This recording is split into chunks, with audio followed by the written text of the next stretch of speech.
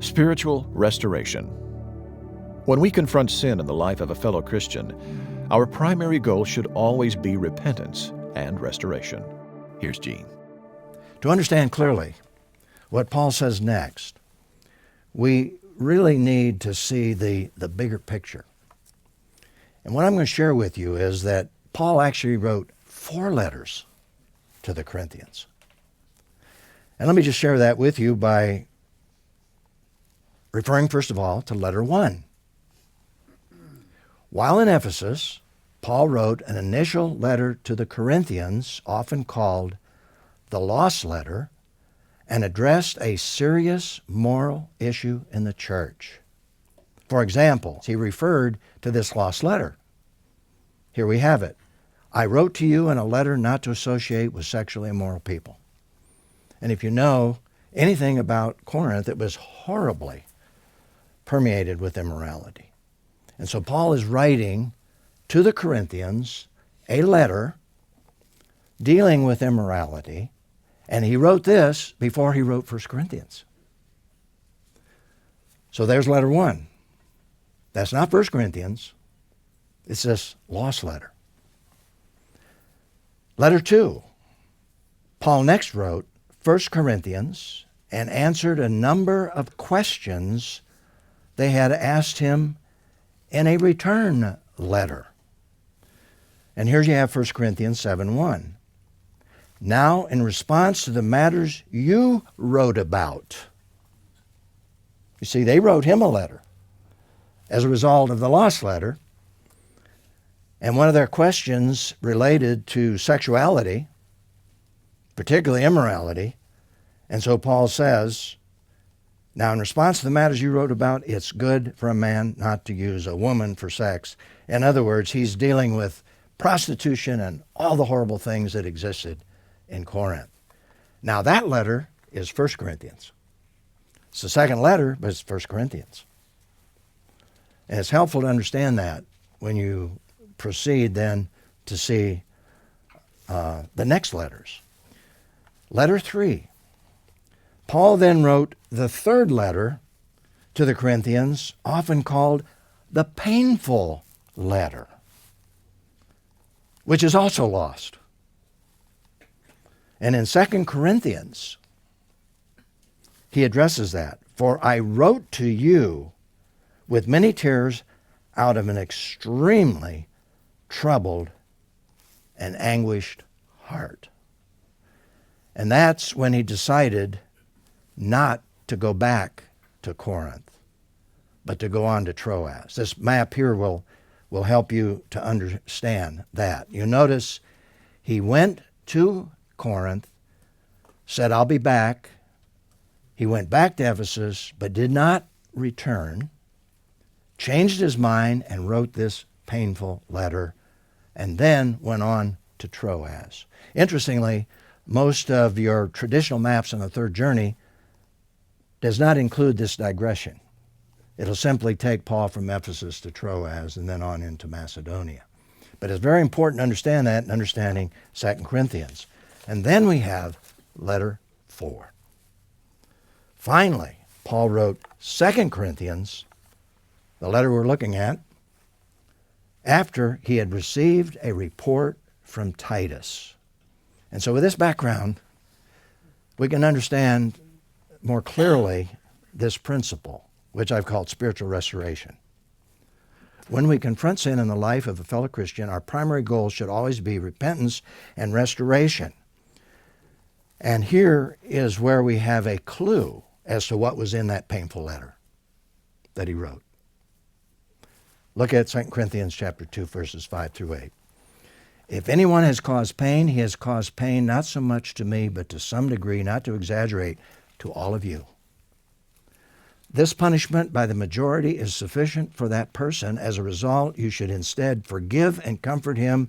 Otherwise, he may be overwhelmed by excessive grief. Therefore, I urge you to reaffirm your love for him. Now, Paul, as we'll see, has received a report from Titus. And in that report, he said, Paul, they followed up in your instructions in that painful letter. And they dealt with this individual. In fact, this individual is so broken and so hurt that we need to do something about it. And so Paul, in 2 Corinthians, writes back and says, forgive him. If you forgive him, I forgive him. So that then opens up the purpose behind what Paul is saying here in 2 Corinthians. Now, he had a secondary purpose, and he shares this as well. He said, I wrote for this purpose. Now, he's referring to that painful letter.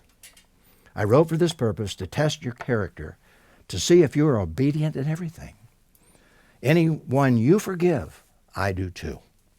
For what I have forgiven, if I have forgiven anything, it is for your benefit in the presence of Christ, so that we may not be taken advantage of by Satan, for we are not ignorant of his schemes. In other words, Paul now is writing 2 Corinthians to encourage them to restore this individual that they had disciplined severely according to his instructions in that painful letter. And this man then, of course, was restored to fellowship. So this leads to a reflection and response question, and that is, why is forgiveness so important in a Christian's life? A lot of evidence, even beyond Scripture, that if we do not forgive, we'll suffer the consequences in our lives personally. Now, Paul set a very high standard when he wrote to the Ephesians, and he said, we're all to forgive as Christ has forgiven us, regardless of what someone has done to us. Repentance is not a requirement for us to forgive. When an arsonist struck our church and destroyed our pastor's offices, destroyed my library, destroyed 17 pastors' libraries, as far as I know, that man never asked forgiveness. But right from the start, what God said to me is I'm to forgive him and to pray for him, even to pray for my enemies. And I had to lead the whole church through that experience. But forgiveness is a command of God to forgive as God has forgiven us. Now, when it comes to forgiveness, I think we need to understand what it is not. I read a very interesting article written by a lady named Laura Pentherbridge. She made several statements about what forgiveness is not. Forgiveness is not a feeling. See, that's where we get confused. When I forgave that man, I was still angry. I think righteously so. Forgiveness is not a feeling.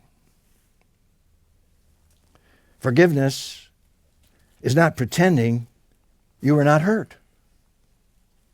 That's not forgiveness. Forgiveness is not condoning what the person did.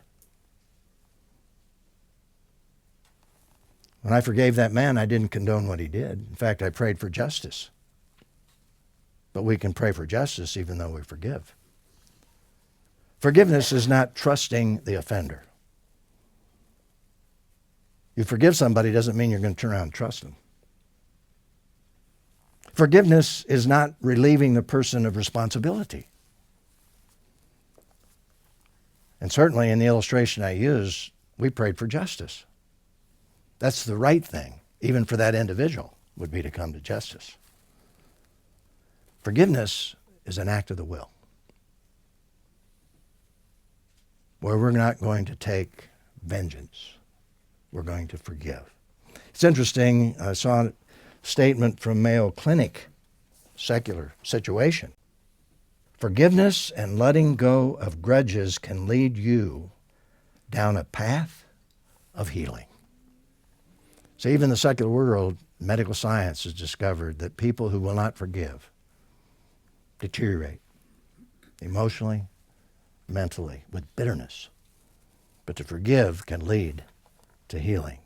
And that's certainly what is being taught here in Scripture. In this case, Paul said, forgive him, restore him, And that's the whole purpose of restoring and helping a person who turns from their sin. So let me read that principle once again. When we confront sin in the life of a fellow Christian, our primary goal should always be repentance and restoration. And that's exactly what Paul demonstrates and illustrates here when he wrote 2 Corinthians.